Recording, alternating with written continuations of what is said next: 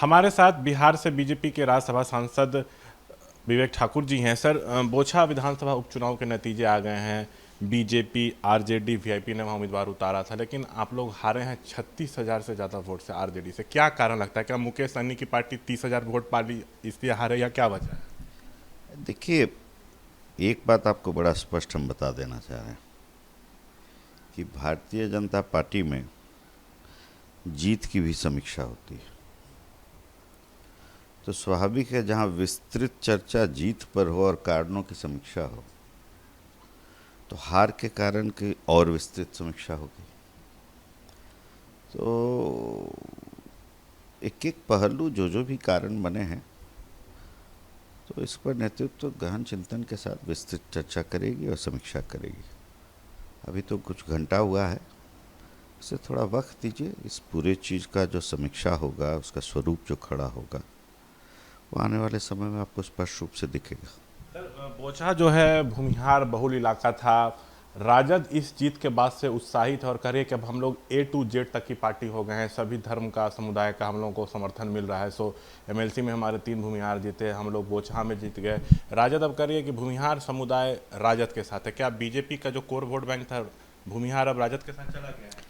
देखिए, ऐसी स्थिति तो पहले भी उत्पन्न हो चुकी है, लेकिन जैसा हम आपको अभी बोले कि समीक्षा के बाद जो स्वरूप खड़ा होगा, उसके बाद ही जो है बिहार में एक अंग्रेजी में शब्द कहते हैं कि नी जर्क रिएक्शन देना किसी के लिए भी उचित नहीं होगा। और समीक्षा होने दीजिए। समीक्षा हो गए, हर पहलू पर समीक्षा होगी। और अभी हमने देखा कि बिहार के प्रदेश अध्यक्ष जी ने उसी दिशा में अपना पहला सोशल मीडिया पोस्ट भी लिखा है कि स्थानीय नाराज़गी एक कोई विषय रहा। जो जीते हुए प्रत्याशी हैं उनके प्रति सहानुभूति है, उसका भी उन्होंने जिक्र किया है। तो एक बैठकर एक चिंतन होगा और जो भी है कारण रहा हो,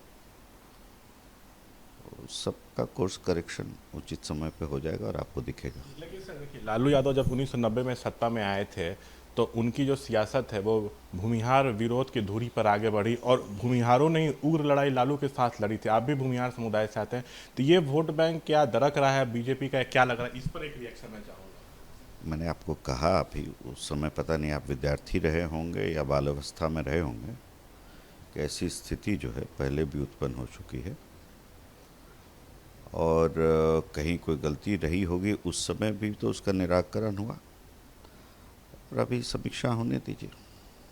आपको लगता है कि कहीं ना कहीं जो भूमिहार समाज में कुछ नाराजगी लग रही है, उसकी समीक्षा की जाएगी? नहीं, एक समाज आधारित बात मेरा कहना उचित नहीं है। तो बहुत फैक्टर्स होते हैं, वो एक फैक्टर नहीं होता है। एमएलसी के चुनाव की बात बोल रहे हैं, तो किस तरह का एमएलसी का चुनाव? कुल मतदाता तय है। खर्चा का सीमा इसमें ऐसा प्रावधान है कि उसका कोई चीज़ का जिक्र नहीं है।